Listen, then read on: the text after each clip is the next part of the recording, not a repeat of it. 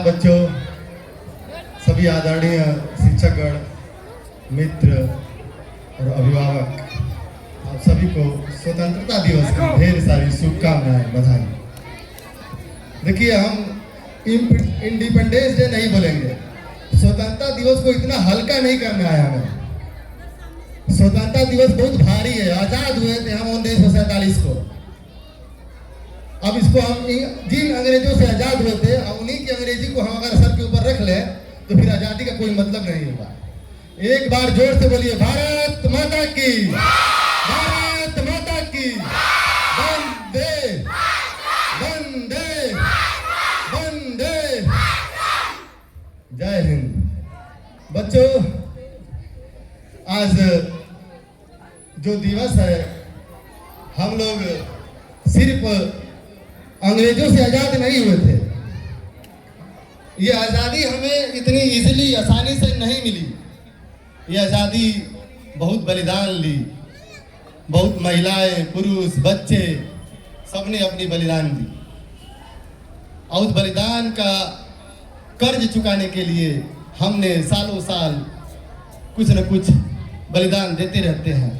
कुछ लोग सरहदें पे देते हैं, कुछ लोग घरों में देते हैं, कुछ लोग खेतों में देते हैं, और कुछ लोग स्कूलों में एक न्यू शिक्षा की तरह एक न्यू डायरेक्शन गढ़ रहे हैं। तो आप लोग भी सैनिक हैं, हम भी सैनिक हैं, और किसान भी सैनिक हैं।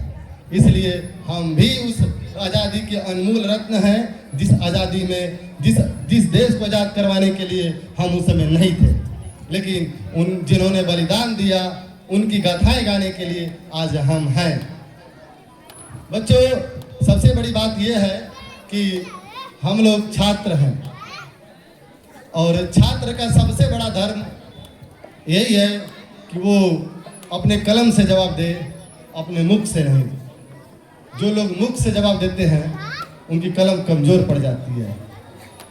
किसी व्यक्ति ने कहा था कि कलम की मार तलवार की मार से गहरी होती है। तो तलवार की मार से गहरी अगर बनना है तो आपके कलम में ताकत होनी पड़ेगी। हम हिंद देश के वासी हैं, इसलिए हिंदी हमारी पहचान है, और माथे पर लगाएंगे बिंदी को, क्योंकि मुझे पसंद है हिंदी। बात समझ में आया बच्चों? तो आज हम लोग जिसके लिए प्रेजेंट है, सबसे पहली बात कि हम युवाओं के अंदर जोश होनी चाहिए। पहले जानते हो क्या होता था? जब 15 अगस्त आती थी तो हम लोग बड़े उत्साही होते थे, घर से फूल लेके आते थे, झंडा लेके दौड़ते थे, लड्डू पाने के लिए 3-3, 4-4 स्कूलों में लाइन लगा देते थे, पढ़ते थे किसी और स्कूल में, जाते थे कहीं और। लेकिन आज अपने ही स्कूल में आने में शर्म आती है। आज अपने ही बच्चों के साथ, अपने ही मित्रों के साथ, अपने ही गुरुजनों के साथ बैठने में शर्म आती है। अपने ही लोगों को भारत माता की जय कहने में शर्म आती है। लेकिन जब तक ये शर्म हमें आते रहेगी, तब तक आप गुलाम हैं। आप गुलाम हैं। क्योंकि कल मुझसे एक बच्चा ने पूछा था, सर क्या हम आज़ाद हैं? तो मैंने कहा नहीं, तुम आज़ाद तब हो जब तुम्हें आज़ादी का मतलब पता होगा। आज़ाद हम इसलिए नहीं है कि हमें स्कूल आने की छूट है। आज़ाद हम इसलिए हैं कि हमारी बच्चियां ये बैठ के कतार में लाइन लगा के बैठ के पढ़ रही हैं। कुछ मैम जो महिलाएं हैं, ये शिक्षक बनी है पढ़ के, वो ऐसे नहीं बन गई है। ये सबसे बड़ा प्रमाण है कि हम आज़ाद हैं। आज़ादी का सबसे बड़ा प्रमाण है। इन लोगों को आज़ादी का जो मतलब है, ये बैठी है यहाँ पे, इनके लिए दुर्गा भाभी ने, झांसी की रानी लक्ष्मीबाई ने, किसी ने 47 में सर कटवाया तो किसी ने 57 में सर कटवाया, तब जाके ये लोग आज बैठे हैं सर में पल्लू लगा के। तो महिलाएं कह सकती हैं कि हम आज़ाद हैं, लेकिन आज़ादी का मतलब ये नहीं है कि हम बैठे और मूक दर्शक बन के बैठे रह जाएं।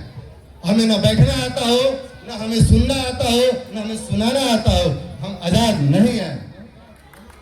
हमें आज़ाद लेने के लिए, आज़ाद कहने के लिए पहले खुद को सोचना और समझना पड़ेगा कि हम असल में आज़ाद हैं कि नहीं हैं। आज समझ में आया बच्चों? तो सबसे बड़ी बात कि आप लोगों के लिए कविताएं हैं हमारे पास, और वो कविताएं हम आपको सुनाएंगे। लेकिन सबसे पहले आपको तो पता ही है कि मुझे हिंदी पसंद है। तो हिंदी पसंद होने का मतलब ये नहीं है कि सिर्फ पसंद है, हिंदी रग रग में समानी चाहिए। क्योंकि हम उसी देश के निवासी हैं जहाँ किसी ने बिना कपड़ों के देश को आज़ादी दिला दी, किसी ने गमछी ओढ़ के आज़ादी दिला दी, किसी ने सर पे पल्लू रख के आज़ादी दिला दी, और किसी ने नंगे पांव चल के आज़ादी दिला दी। किसी बूढ़े हड्डी ने, किसी की बूढ़ी कमर की हड्डियों ने छूने पे लाठी के सहारे देश को आजादी दिला दी, हम उसी देश के निवासी हैं। कोई 86 साल के एज में घोड़े पे बैठ के तलवार लहरा दिया, कोई अपने देश के लिए बेटा बहुत ऊंचाइयों से घोड़ा लेके कूद गई। कौन कहता है कि महिलाएं लड़ नहीं सकती? एक झांसी की रानी झांसी की किला से तलवार लेके उछली थी। कौन कहता है कि 86 साल के एज में हम रिटायर हो जाएंगे? वीर कुंवर सिंह आरा के पूरे भारत को दिखा दिया था कि हम कौन हैं। एक तलवार की नोक पर अंग्रेजों को बता दिया था कि हम क्या हैं। और हमारे कुछ गद्दारों ने, मैं फिर बोल रहा हूँ, कोट कर रहा हूँ इस बातों को कि सुन लीजिए मेरे प्यारे बच्चे जो पीछे बैठे हैं। आगे तो छोटे बच्चे हैं, इनको समझ में नहीं आएगा। हमारे शिक्षक लोग सुन ले और जो गार्जियन है, कुछ गद्दारों की वजह से हम लोग 57 में आजाद नहीं हुए, वरना हमारी आजादी 47 नहीं 57 थी। बस फर्क यही है कि 7 दोनों में है, 57 हो या 47। और आज भी हम है। सबसे बड़ा फर्क यह है, उस समय 7 तो था लास्ट में, लेकिन 7 नहीं था। और आज हम 7 हैं, इसलिए आजाद हैं। आपको सबसे बड़ी साथ आपका ये है, एक अध्यापक को आप अध्यापक समझे और एक शिक्षक अपने स्टूडेंट को, अपने छात्र को शिक्षक समझे। हमारा कर्तव्य है कि आपके भविष्य को उज्जवल बनाएं और आपका कर्तव्य है कि आप हमारे सपने के साथ कदम तो कदम बढ़ा के चले, तब जाके ये आजाद की असली आजादी समझ में आएगी। वरना चंद्रशेखर आजाद जैसे इंसान जो एक गाय खाने के नाद में चने भेके खाने वाला, एक बहुत बड़ा किसान सर पे पगड़ी बांध के चलने वाला, एक 17 साल का खुदीराम बोस फांसी पे झूलने वाला, कहां से इनको गवाह दे पाएंगे आप? नहीं दे पाएंगे। इनको गवाही आप नहीं दे पाएंगे। बच्चों, गर्मी तो हो ही रहा है।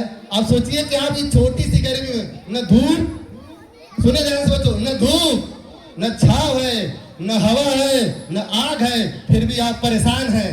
सोचिए कि उनकी कथाएं सुनिए जो राजस्थान के 57 डिग्री सेंटीग्रेड टेम्परेचर में भी आपकी रक्षा करने के लिए खड़े हैं। कुछ लोग जम्मू कश्मीर में -, डिग्री सेंटीग्रेड टेम्परेचर में भी आपकी रक्षा के लिए खड़े हैं। तो आप उनको देख के आप सोचिए कि आप यहाँ पे 24 से लेके 30 डिग्री सेंटीग्रेड के बीच के में आपको गर्मी हो रही है, तो आप इंसान नहीं है, आप मतलबी हैं। आप बस लड्डू खाने आए हैं। जिस दिन दिमाग में 15 अगस्त का मतलब लड्डू रहेगा, उस दिन तब तक आप बालक रहेंगे। लेकिन जब तक आपके दिमाग में 15 अगस्त के दिन का मतलब आजादी का दिन है, तब आप सिंसियर स्टूडेंट हो गए, छात्र हो गए।